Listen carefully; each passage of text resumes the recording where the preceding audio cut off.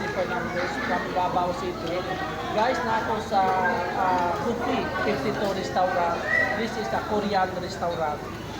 Guys, try to visit this Buffet 52 restaurant for only 549 pesos per head.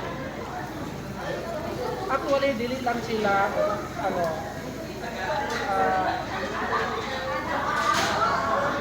dili lang sila purely Korean products. Napo sila Asian products. Makapili ka ng Asian products.